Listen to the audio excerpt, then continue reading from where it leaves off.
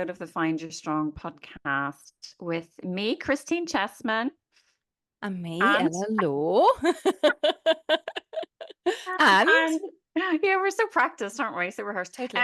Today we have a really very special guest for you who needs no introduction, but we're going to introduce her anyway. Bri Campos. Now, if I'm not pronouncing that right, Bri, please correct me. I have been working with Bri for a while now, and I was such a fangirl before I worked with her, and now I'm an even bigger fangirl, I have to say. She is really helping me with some business coaching. So you might not know that Bri is also a business coach extraordinaire, which she might talk to you a bit about as we go through the podcast. But the main reason that I wanted to talk to Bri today, which we'll get into, is about body grief and specifically bargaining, the bargaining phase of body grief, which we will explore. But first things first, welcome, Bri.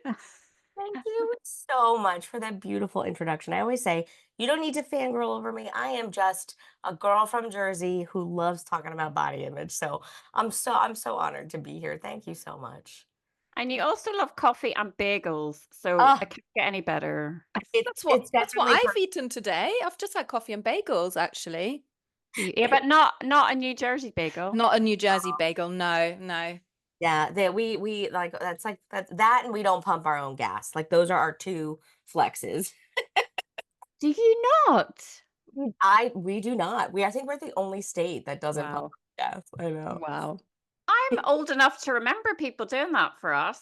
This is like even in Northern Ireland, we used to have somebody do it for you. That was Mm. so nice. Yeah, we're a very privileged state. We're like, we don't need to pump our own gas. No, no diesel on your hands. We say Jersey girls don't pump gas, we pump fists. So If you are listening, if you're not listening live, or you're not listening, coming head to head with Kamala Harris. So, Bri, we might talk about that a little bit. But first, we're going to get into a little bit about your story. I would love you just to talk to us about how you landed in this body image space and specifically the body grief space. yeah. Well, so my origin story of, how I came to become a body image coach. I first was licensed as a mental health counselor. I still am in the state of New Jersey. But I exist in a larger body. I identify as being fat. When I use the word fat, I use it in a reclaimed way. I don't mean it in a discriminatory way. I don't mean it in a way that is like degrading. And I know that that word used to bother me. And I used to be bothered when people would identify as fat. And so I was always on a weight loss journey, thinking that finding weight loss was going to help me become the person I was supposed to be, and that the world would get to see the real me. I used to say things like, I feel like I'm in a fat suit, and that like if people could just see beneath the fatness, they would see who the real me is. And never clocked that as, self-esteem, never clocked that as a wound, because it was being celebrated and it was being confirmed by the people around me. And so it wasn't until I got to grad school where I ended up getting an internship in an eating disorder center. And it was the first time where I was like, oh, I think I have an eating disorder. And what was so hard about that was because Deborah Gard is somebody who's in the health at every size field, says this quote, um, what was diagnosed in them was being prescribed to me, right? What was being diagnosed in people in small bodies was considered an eating disorder. But when I did it, it was okay, quote unquote, because it was for quote unquote health. And I just started to see these discrepancies between what I said and what I did. We call it like cognitive dissonance, right? So I'd say, I'm going to do this for my health. And then this thing would then cause me to spiral. And I'm like, well, that can't be healthy. And so I really had to reckon, is this the pursuit of health, or is this the pursuit of thinness? and it became very clear that those two things were not mutually exclusive.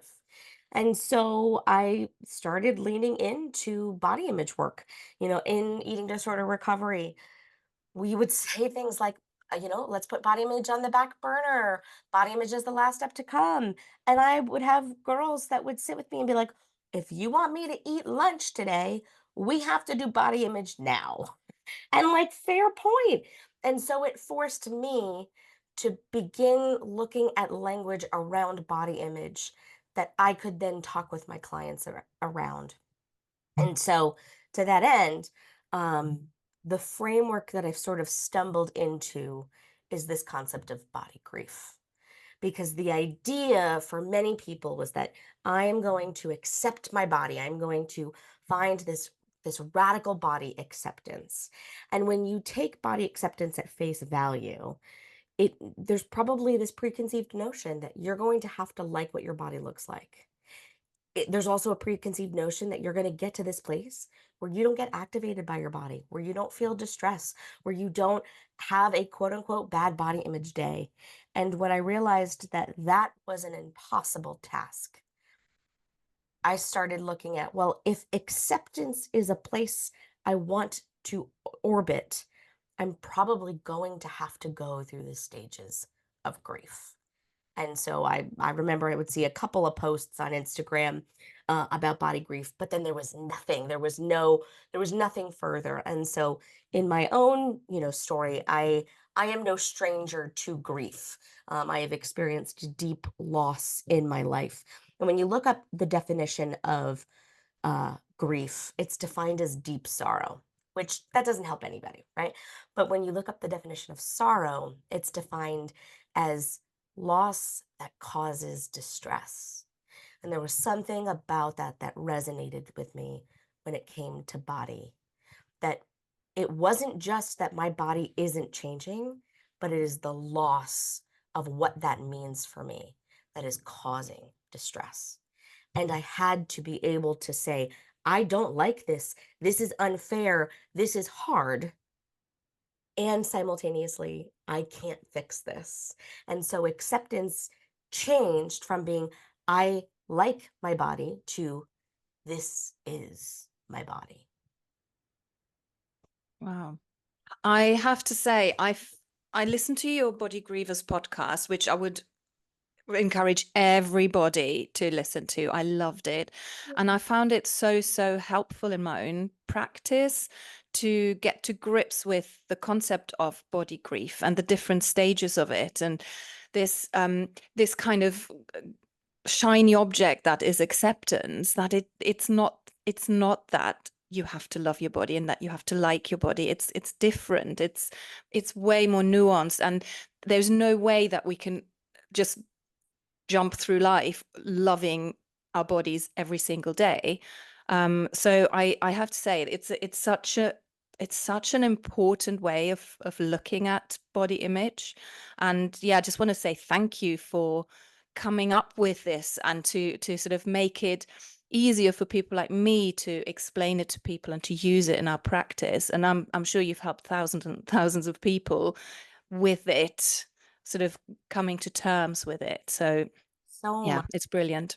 I will say that I will never take credit for the term of body grief. I've heard it from other people, but nobody had developed Mm. language around it. Hmm. That's the only thing that I've done. But truth be told, like, nobody developed language around body image either. Hmm. So had all of these people and providers trying to help people heal their relationship with food, heal their relationship to movement, but then not talking about the relationship to body. And so Mm. what I encourage folks to think about, if I've heard clients say to me, I don't want a relationship with my body. I'm like, well, that's fine, but the reality is you have one regardless. It doesn't have to be the relationship that you think it quote unquote should be, where you like love it and worship your stretch marks and you know love to jiggle your body. Like, that might not be what acceptance looks like for you. For Mm. me, the goal became, I just want to hate my body a little bit less than I do right now, because Mm. I want to have brain space that is not consumed 24/7 around what is my body doing? How does my body look? How are people perceiving me? And that is where the grief work really happens. And I'll also encourage people of, if the idea of being in a relationship with your body is hard, think of it this way, right? There is no relationship in your life that you are like, I love this person 100% of the time. We have no like that we had conflict once, we went to therapy, we've never had a conflict again. That is so unrealistic.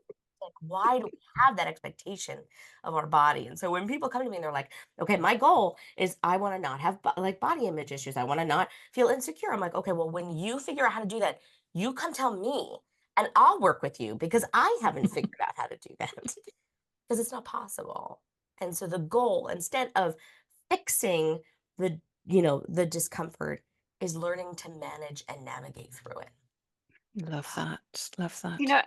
I mean, I have to say I find it confronting, and that's part of the work, Oh isn't it? yeah. That's part of the work because there is a huge part of me which is really saddened by that idea that it's about acceptance rather than actually, there's still a bit of me, which is why I want to talk to you about bargaining, which is I want to actually like what I see. I want to get to a place where I like what I see, and that is not. I know in my head that that is not a game I'm going to win. We age, our bodies change. Liking what you say in the moment is not dealing with body grief and is not actual body acceptance. That is bargaining. What I'll It's say like, though is that like liking what you see can be a byproduct of the grief, right? Of the process where a body like mine, when I started this work, would have activated me, would have caused high levels of distress. Me being the weight that I'm at, I remember thinking in my brain, like, I can gain weight, but I just can't gain this much. And in the year of our Lord and Savior, 2024, I saw my weight for the first time in years. And a number that years ago, 2018, would have devastated me, had no impact on me. Like, I wasn't excited about it, but I was neutral about it. I was like, okay, this is information. And that is the evidence of the work. That is evidence of the deprogramming from diet culture. It is evidence of the uncoupling of my worth and value to my body size and the moralization of my body size. It is the anti-fat bias work of realizing, wow, I put such expectation on bodies, but mostly my own. yeah, like I don't love people in my life based off of what they look like, no. but I put that standard on myself, and when that no longer became the standard, the byproduct was body love. It just wasn't the goal. Mm. This is amazing to me that the scale is something which can be really contentious and triggering for so many people. And I've done a lot of work but Ella and I are both in straight sized bodies, yet I will be blind weighed. I have not seen my weight in many, many years. That's coming from an eating disorder background. I find it quite triggering, and I don't want to be brought back to a certain place where I was every day checking my weight and worrying about my weight. I don't want to be in that place. So I don't feel quite ready And I to. think that's so resourceful. Like, there's no reason that you need to know your weight, right? Mm-mm, The only reason I ended up finding out my weight was because I had a procedure done and they had to weigh me for anesthesia and they put it in my chart. Like, that was the only reason I stumbled upon it. But if I was at the time when I was digging through, like, okay, yeah, seeing the number on the scale is going to activate me, but it's also activating me, losing the strength and mobility that I once had. That was more pressing because that was something I was dealing with in my everyday. Whereas my mm, weight was something I'm like, I could never know my weight again and be okay. But mm, the evidence of, oh, wow, the work was working even when you weren't actively working on it. And that's what makes this work so hard is with diet culture, we have so many ways to measure. We have so Mm. many ways to assess, like, quote unquote, is this working? The only thing we have with body image healing is time and lived experience. And it requires you to do the thing and say, oh, this doesn't impact me the same way, or ooh, this is still impacting me the same way, or Mm. like it's beginning to gauge, and like working on the process while also for us is being in like helping others as well. And so Mm, that can get really messy as well. And so I mm. think when we take away the destination of this is where I have to arrive, this is what it looks like, we just get to do life, we just get to experience our bodies, and we get to figure out how to navigate through without there being a destination to arrive to. Yeah, I think I think there's two words that really jumped out at me, which is time and process. And I think that is just so key to any work really in the non-diet space, because we are so obsessed with quick fixes and quick things, and people just don't give themselves time to do this work. They think, oh, I'll do the 6 week course and then I'll be healed, I'll be fine. Yeah. And also they it's always about this goal. It's always about, oh, I need to do this. And the number of times I've had clients say to me, I thought I'd be further along by now. Yeah. I'd be, if I had a pound every time someone said it, I'd be sitting on an island sipping margaritas right now, and it's my own island.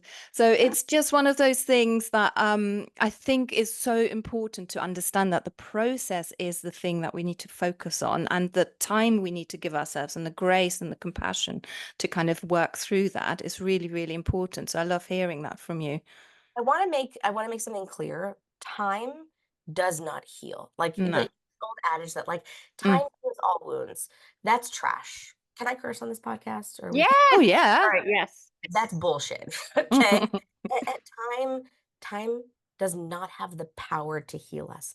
The Hmm. only thing time has the power to do is allow us to become more familiar with. Hmm. A lot of Hmm. times I describe body grief like being sucked in by the tide. And when we are in diet culture, we are actively fighting against the tide, and it is exhausting. And maybe you see some progress, but then you're right back where you were. And what we're asking you to do is to surrender. We're Hmm. asking you to say, stop fighting and let what happens happens. And that is scary because what we're doing is we're giving up control. And for many of us, especially those of us with eating disorder history, we love control. But the truth is, it's not actually control. It is No. just the semblance of control. Hmm. I think, wasn't it Glennon Doyle said something that you can't control something you love, or you can't love something that you are controlling or trying to control. Mm. And I Mm. think, you might, as you say, you can't control your body because your body will change because it's supposed to change. Yeah. All of our bodies change in their own ways, and it's not something that we have that control over. We don't have full control over our health, despite what TikTok might tell you.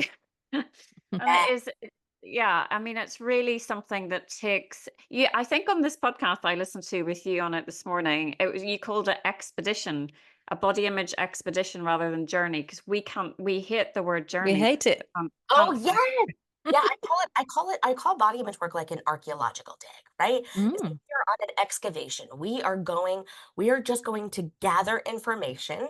And then with that information, we get to determine, okay, what do we do with it?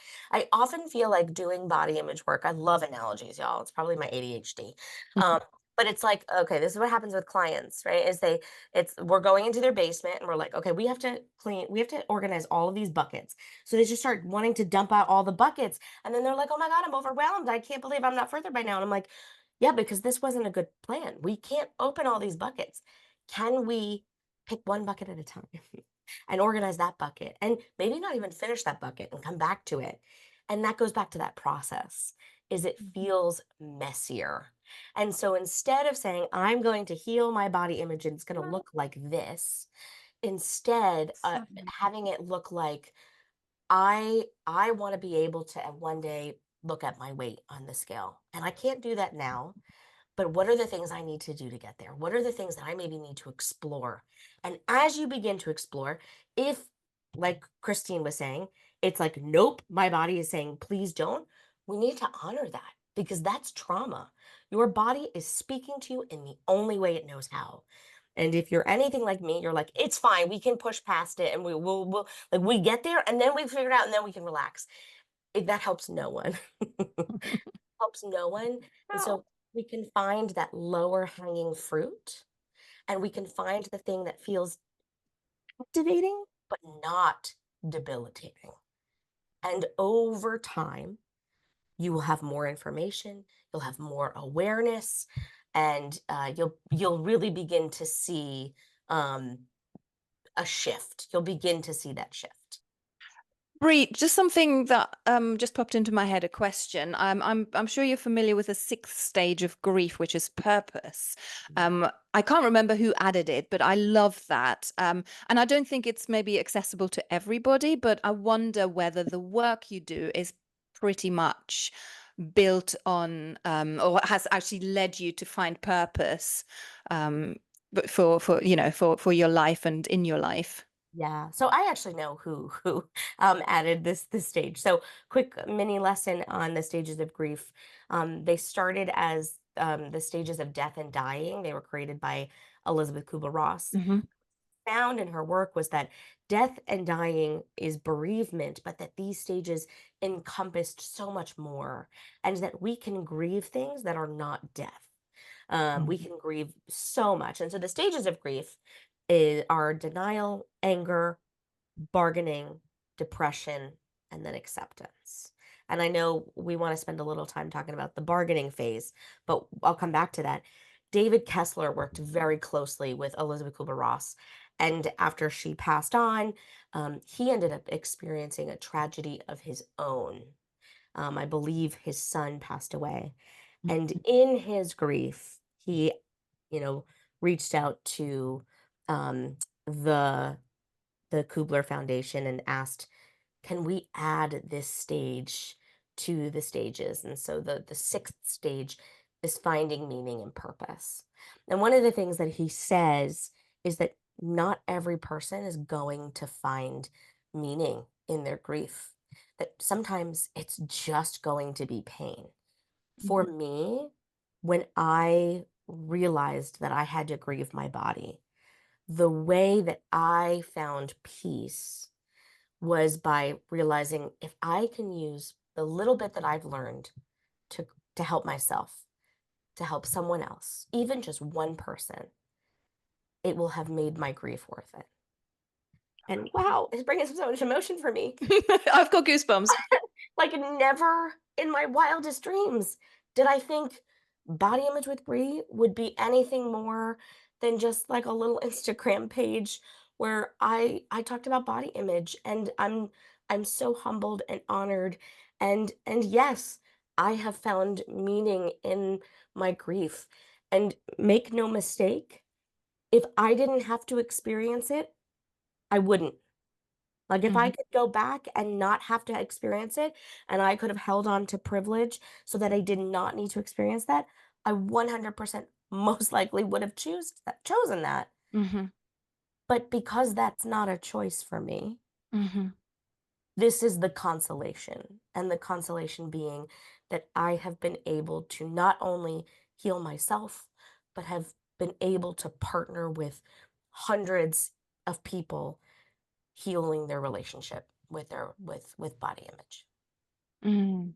That is so powerful to hear, and I think it's I love that. I got goosebumps there when you said even if I just help that one person, it's been worth it, because I think that's something that people might feel. I think this is something we're going to talk about. Feel stuck with this kind of sense of, well, this is so hard, this is so unfair, this is so why me? Um, do you get that a lot when you work with people? Absolutely. And here's the reality. It is. Mm. That is the depression, right? Of Hmm. sitting in the injustice of the loss. And that is why I find, especially people, when it comes to body grief, if they have experienced privilege with their body in the past, or if the idea of not ever being able to have a privilege like that, it can keep them stuck in this bargaining phase, because it's like I like I'm going to do what I can so that I don't have to feel that. And that goes back to the tide of you're just swimming against the tide. Eventually you're going to get there. And here's the truth is I'm sure all of us know people who are stuck and committed to being stuck in diet culture, Mm. but it's not going to bring them the peace that they're hoping it will. The one thing though that the bargaining phase, that was really interesting, because I think I had a chat with you about, a business chat, because you're amazing business coaching, Bri. And you mentioned, I was like thinking, oh, my clients aren't quite ready for this intuitive movement or intuitive eating. And you were like, maybe they're stuck in the bargaining phase. And I was like, oh, it just hit me like a ton of bricks. It was like, I had not even considered that, but it Yeah. so much sense. It's like, still doing the boot camps, they're still doing all the movement they can, they're running all the time, they're Or like it's even like, like I went for a walk today, but that's not enough. Like, right, there's still these like little pieces of diet culture that remain and that are celebrated by society. And so of like, oh, like I wasn't hungry today. Like I didn't go back for seconds today. Of no, that's not something worth celebrating because there's no moralization to it. Like yeah. that, like it would be like, I breathed air today. Cool. Like that's Mm. great. As you should, right? And so I think for folks, we want to skip to the acceptance, right? We want to just get to the place where we're like, I love my body, I worship my body, I love my stretch marks, I love all the and so then when that feels impossible, then they look at the trajectory of like, well, okay, well, here's where I'm gonna have to go. And if you're ADHD like me, you're like, you know what? That feels really hard. I'm not gonna do that. Or like, I'll do that later. Or, like, let me try this other thing first. But when you get to a place where you have no choice, when your agency is gone, and this is how I describe the bargaining phase, right? Is for folks, they have one foot on the body liberation train. There's something about it that appeals to them. There's something that's pulling them in, but they still have one foot on the diet culture train. Yeah. And the trains are taken off. And so you have to pick a train. You have to make a choice. And so what I will encourage folks is, can you make the choice for now? It does not have to be forever. Let's give body liberation our full self. Let's see what happens. And what our clients will begin to see is that, wait, this is actually possible. It's, Mm-hmm. it's not the absence of grief. It is not the absence of distress, but it is the subtle peace in knowing I am resourceful enough to handle that distress. Mm. I like the for now because it's less scary and less absolute. It's something that people can probably get on board with, quite literally, get on board that train Yeah. for one ride and see, and just sort of have it in small steps rather than, oh, you have to be all in or all out, which is very diet culture, isn't it? It's very sort of one thing or the other. Absolutely. And that's Mm. and that's I think part of the appeal of like, diet culture is like, well, you have to do this for the rest of your life and it's a lifestyle change. And there's moralization and there's judgment and there's, a hierarchy. And I know for me as somebody who existed in a fat or who exists in a fat body, I was never going to get to a place where I was acceptable. Because even in my smallest fat body, it was still a problem. And so it was easier for me to say, you know what? I'm not riding this train anymore. But if I had had privilege, I think that would have been a lot harder to walk away from. That's a really interesting point. That's, yeah, again, something that we need to think about, really, Ella, Yeah, we really do. clients as well. Mm. Because I don't have anything to compare it to. I've never had that privilege. So I can't miss what I don't have. And it's like, okay, well, I have been doing this my whole life. My mom's favorite story to tell about me is when I wanted to learn how to tie my shoes. I sat with my shoe and I just kept doing it and doing it and doing it until I got it. If I was going to figure out how to lose weight, I was going to be the one. Like I would have been the one to do it. So it's not about effort, right? It's not about how hard I can try. And when I realized, wow, like the effort I'm putting in is never going to bring me the reward that I'm hoping it will. It is Ah, easier to say, yeah, I don't need to put this much effort in. and it reminds me of the film that we saw, Your Fat Friend with Aubrey Gordon. Yes. Yes. It was like people look at me and think I need to do all the things, whereas the reason I'm here is because I've done all the things. You know, Mhm. Yeah. Mhm. assumption, when you look at somebody's body that you can tell anything about what they have been through, what their history is, who they are, what their health is. Going right back to the beginning where you were talking about eating disorders, I have quite a lot of experience in that field. The simple fact that you can be prescribed the behaviors that are so detrimental to your health, whether you're in a small body, a medium-sized body, a fat body, it is just, oh, there is so much work to be done in that field. Yeah. Really. And that's, me coming from that history, but also having a daughter who's recently gone through it. When you get to a certain weight, you're seen as recovered. You're fine. You don't need to worry anymore. We'll set you free. You don't need our help. And it's really sad. I find it really sad that actually we're still stuck there after. Yeah. So many years, right? And so the question that we have to ask ourselves is who profits from that? Right? Why this exists because someone profits from it. The diet culture is a $72 billion Yeah. industry. Yeah. Somebody gets to profit, right? When there is privilege, it means that there is oppression. And Yeah. people who have privilege, it's harder to let go of that privilege because you don't want to experience the oppression. And this is where I had to get to in my journey of I could save myself. I'm like, I had weight loss surgery. I was like, they want to do another surgery right now. I could save myself. But it came down to but it's either I'm saving myself or I'm saving everyone. I'm either advocating for just me and my safety, or I'm saying, hey, nobody should be treated this way. And that is the difference between the individual and the collective. This is how body image work becomes body liberation work. It is not just about the individual, it is advocating for the right of every person and everybody that they deserve unbiased medical advice, human decency, and respect. And that even if I have more privilege than someone else, I don't get to stand and hold that privilege and not think about it. I get to stand with the person who is less privileged and say, this isn't right. And that is hard to stand there, but it's also so rewarding and it is so healing. And this is where we say that body liberation work is it started as a social justice movement. It was never intended, body positivity was never intended to be about loving the skin you're in. It was co-opted by diet culture, or Mhm. co-opted by the world. Mhm.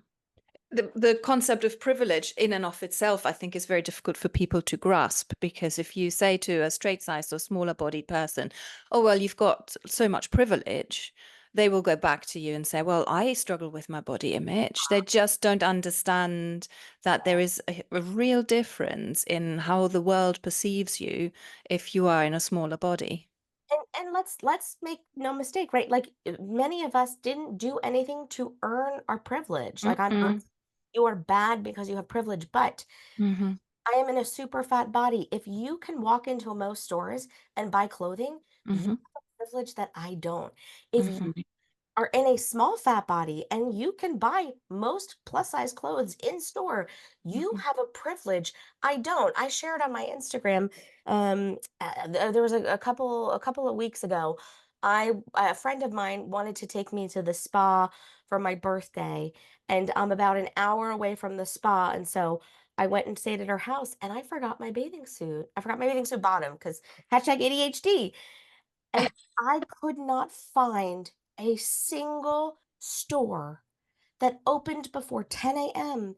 that had a bathing suit bottom that would fit me. Mhm. And that, like, and this, let's talk about the grief process in that. I went into problem solving. I was like, I was in the bargaining phase. Maybe I can still fix this. I started reaching out to friends of like, hey, can I come by? Like, I was like, I could drive home and get my bathing suit, but I didn't want to do that. And I started looking up stores. I started calling, seeing, is anybody, like, maybe the website's wrong. And I had to get to a place where I'm like, I can't fix this. So I have two choices. I either don't go to the spa, or I drive an hour, go get my bathing suit and drive an hour back. And it sucks that I have to do that. That is the grief. It sucks that I have to do that. And that is also part of the motivation of the collective, because Mm. I don't want anyone else to have to experience that. Yeah. Yeah. And Yeah. you're not alone in that experience, Bri. And that's why No. it's so important. Yeah. Yeah.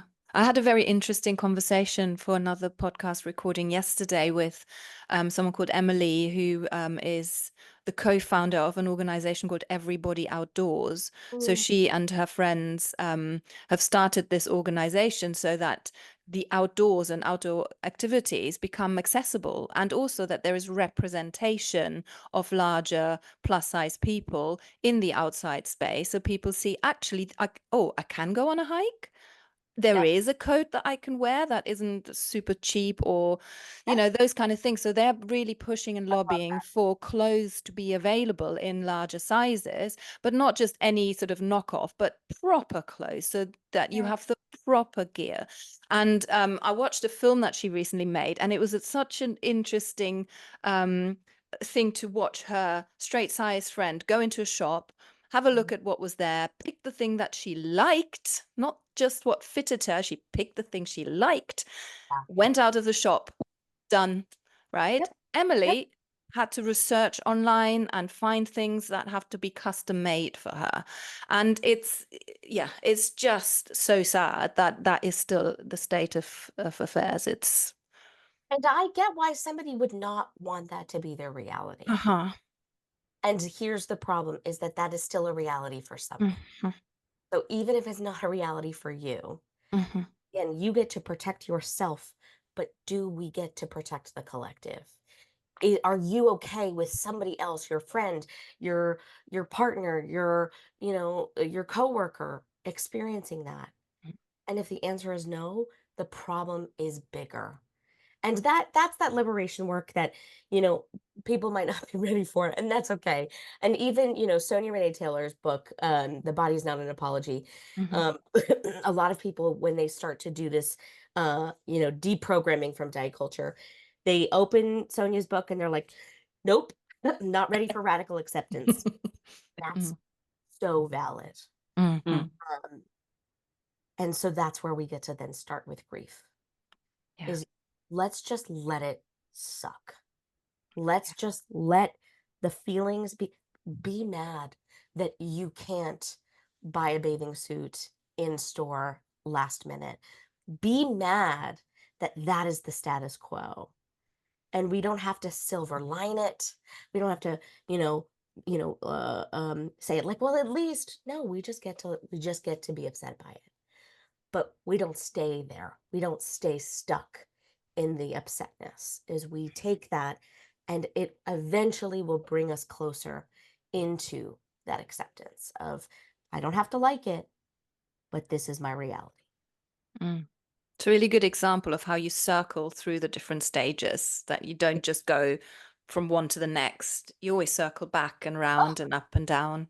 I just went through that Hmm.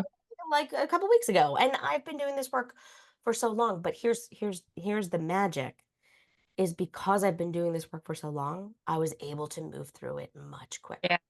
Hmm. Hmm. Yeah. I was Yeah. able to move through it so fast that it didn't impact my ability to be present with my friend. I didn't Right. berate myself for I did berate myself for forgetting my bathing suit, which is a whole other, that's like a little bit of that ADHD shame of like, why couldn't you do it? Right? And when we're looking for blame, we're looking to just absolve the discomfort. And then eventually I got to the point of like, I got two options. These are my options. And I'm gonna do it. And I'm gonna go to the spa and I'm gonna have a great time. And I did. And that's what I want for folks, is to be able to live their life in the body that they have, not the body that they think they should be in. Oh, I could listen to you all day, Bri. Before we end today, I want to ask you something about movement and how you feel currently about movement and your own mobility and your relationship with movement. Oh, And yes. Loaded you have question. No. So, yeah, I mean, I have been grieving movement for a long time because prior to my body acceptance, like I was doing the body acceptance work, but I still had movement privilege.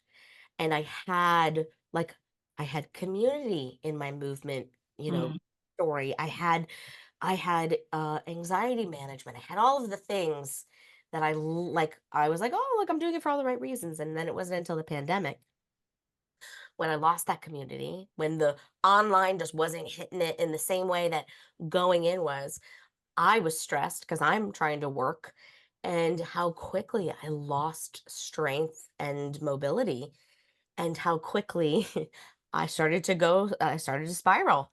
I mm, started to sit in that distress and be like, wait, I thought we did this already. We did this with body image. And that's when I realized, well, you're going to do this for the rest of your life.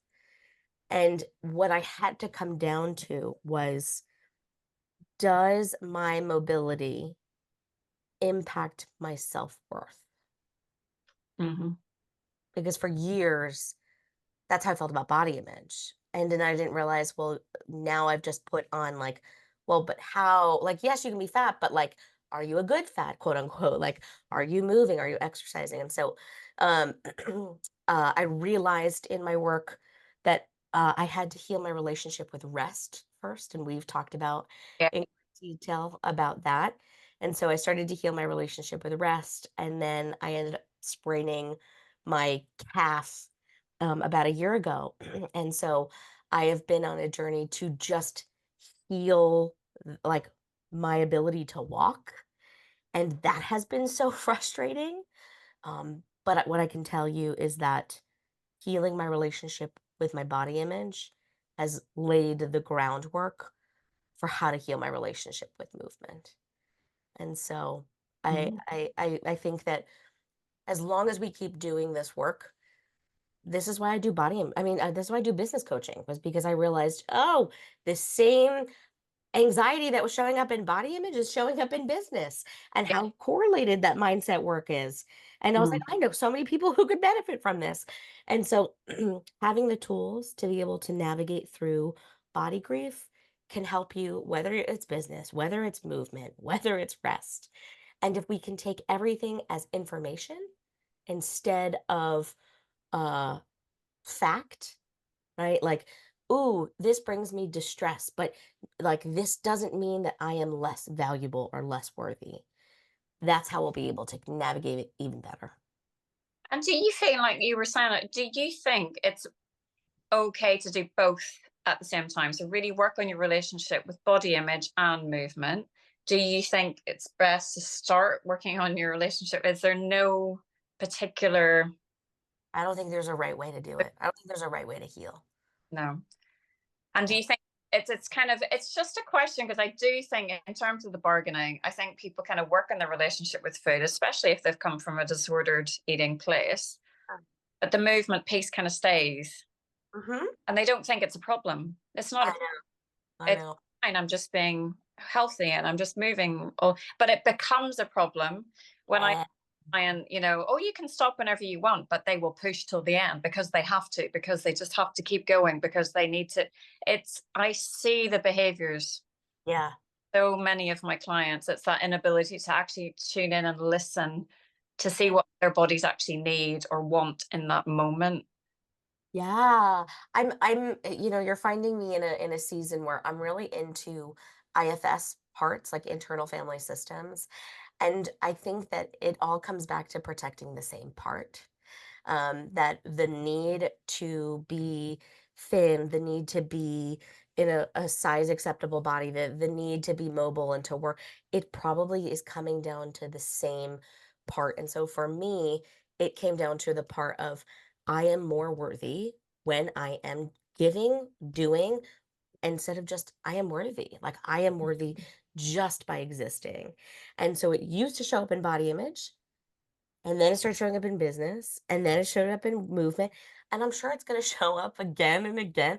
And again, like that can feel frustrating. But when you have tools to navigate through, we get to take the information at face value without it taking on fact. We get to highlight dissonance of, I know that the story I'm telling myself is that I didn't go to the gym today and that's bad and that I'm bad because of it, but that's not a belief I want to hold anymore. I don't want to believe that. That's where the magic gets to happen. It happens in the distress, in the discomfort. That's how we get to move through it. Oh my goodness. Mm. You've got to go work with Bri. She's amazing. I think I do. I'm just completely absorbed by the conversation. I'm just sort of as if I'm a podcast listener right now. I love it. It's just so interesting. And it just made me think that there's how often we have conditions attached to everything that we do. There's no unconditional in anything, whether it's food or movement. There's always something attached to it. And it's so difficult to shed that, isn't it? So difficult to let go of that. For sure. And then we get to ask ourselves is what is that protecting? What is that part protecting? Mm-hmm. And we might not be ready Mm-hmm. to uncover all of that. So it's Mm-hmm. okay. Wherever you are right now today is Mm-hmm. exactly where you need to be. Mm-hmm. And if you think of like 7 things of like, well, I want to be able to forget my bathing suit and not feel like a failure. I want to be able to not feel like a bad person because I can't buy clothes in this store. I want to feel like it's okay for me to miss a workout day. Pick the least distressful one to start with Mm-hmm. because it'll give your brain evidence that, oh, this is possible. And I'll end with this. You know, I look back to my time through diet culture and how I was so sure that I had found the right thing, right? And like I imagine people can look at me and my platform and think, "Oh, she's just in a cult," right? Like she's just brainwashed herself into believing this. And here's the difference is I believed what I did back then, hoping it would bring me closer to peace. And now, in the largest body that I've ever been in, being rejected by more people because of the stance that I take, I have never felt more peace with myself than ever before. And that has been far more healing than having other people co-sign me or, give me the check mark of I give myself the check mark. Mm-hmm. And my life is so full and so beautiful and so big. And I've also had big grief, but both get to be true at the same time. It's not either or, it's both and. Bri, I think we're going to end it there because that was just so beautiful. But for any listeners out there, if you are interested in hearing a little bit more about rest and our relationship to rest and movement, Bri and I recorded a podcast a couple of weeks ago. So if you just scroll back a couple of episodes, you can. Mm-hmm. But for now, we're going to say a massive thank you to you, Bri. We're going to put all of your details in the show notes where people can find you, where people can work with you. But for now, thank you, Bri, so much for joining us. Oh, thank you both so much. I really appreciate Thank you. Thanks for giving up your time. It's so lovely to meet you and to speak with you. you as well.